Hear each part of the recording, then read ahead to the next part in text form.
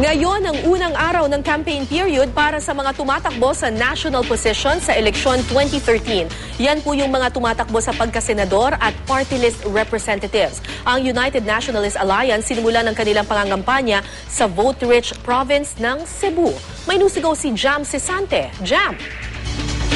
Yes, Kara, kasalukuyan niyang may motorcade ngayon ang mga miyembro ng United Nationalist Alliance. Hati sila sa dalawang grupo, yung isa pinamumunuan ni Vice President Jejomar Binay at yung isa naman pinamumunuan ni Senate President Juan Ponce Enrile.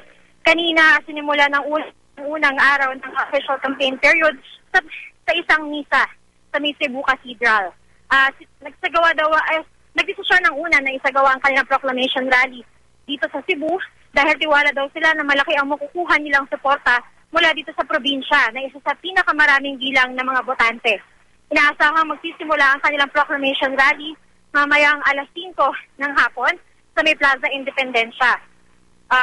Inaasahang kumpleto doon yung 9 na kandidato ng United Nationalist Alliance at meron din mga dadalo ng mga local officials ng Cebu, kabilang na si suspended Governor Gwendolyn Garcia at si Cebu City Mayor Michael Rama.